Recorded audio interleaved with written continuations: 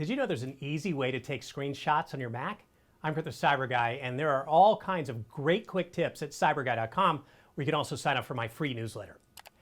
Taking a screenshot on your Mac is as easy as pressing a few keys on your keyboard. Let me show you how.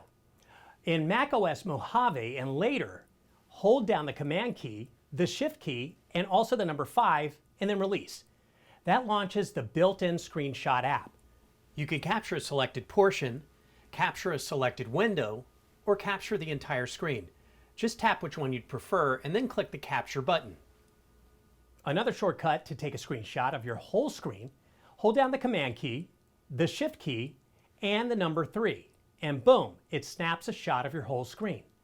Now if you want to select a specific portion of your screen, here's what you do. Hold down the Command key, then the Shift key, and the number 4. A crosshair is going to appear, allowing you to draw the shape of your desired screenshot. Screenshots on Mac will automatically be saved to your desktop unless you specify otherwise. And that is how you take screenshots on your Mac.